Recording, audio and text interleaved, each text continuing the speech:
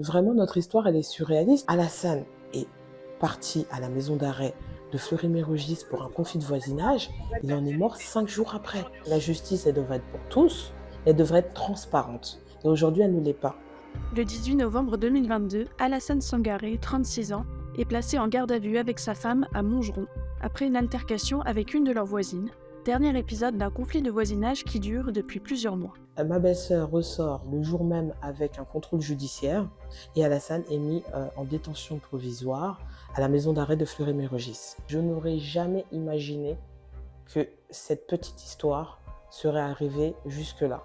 Le 24 novembre 2022, la mère d'Alassane fait une demande de parloir. La maison d'arrêt prend sa demande sans lui annoncer que son fils est en fait décédé le jour même. La famille n'apprendra la nouvelle par la police que le lendemain. Et là, c'est le cauchemar. Le cauchemar. Pour nous, Alassane était en détention provisoire, mais il allait sortir rapidement, puisqu'il travaille. C'est quelqu'un qui est inséré dans la société, père de famille.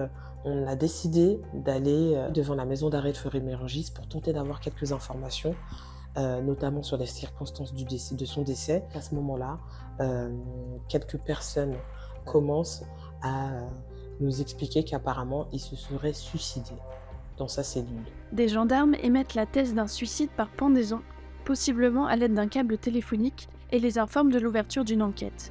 La famille n'y croit pas une seconde, surtout que des détenus lui ont indiqué qu'une altercation entre Alassane et des surveillants aurait éclaté. Alassane, ce n'était absolument pas son tempérament. Il n'avait aucune tendance suicidaire puisqu'il avait plein de projets. Et puis, il n'allait pas se suicider pour un conflit de voisinage. Il n'aurait jamais laissé sa femme et ses 3 enfants. Donc ce choc carcéral, effectivement, dont certains parlent, ça n'aurait pas pu arriver à Alassane. Quelques jours plus tard, la famille effectue l'identification du corps. Quand on voit le corps d'Alassane, l'une des premières choses qu'on a faites, c'était regarder son cou. Et là, nous avons clairement aperçu aucune trace qui pourrait être liée à une pendaison. Le rapport d'autopsie indiquant une mort par asphyxie, selon les dires des gendarmes, la famille se rassemble devant l'Institut médico-légal de Corbeil-Essonnes pour en demander une copie le 13 janvier 2023. À ce moment-là, on a pu savoir que le rapport d'autopsie avait été remis depuis début janvier au parquet d'Évry. Et malheureusement, le lendemain, il rappelle notre avocat pour lui dire que non, il ne souhaite pas remettre le rapport d'autopsie. Il faut savoir qu'un rapport d'autopsie, c'est un droit, c'est un document qui peut être remis à l'avocat ou à la famille. Nous avons face à nous le silence des incohérences du parquet d'Évry, de la maison d'arrêt de Fleury-Mérogis.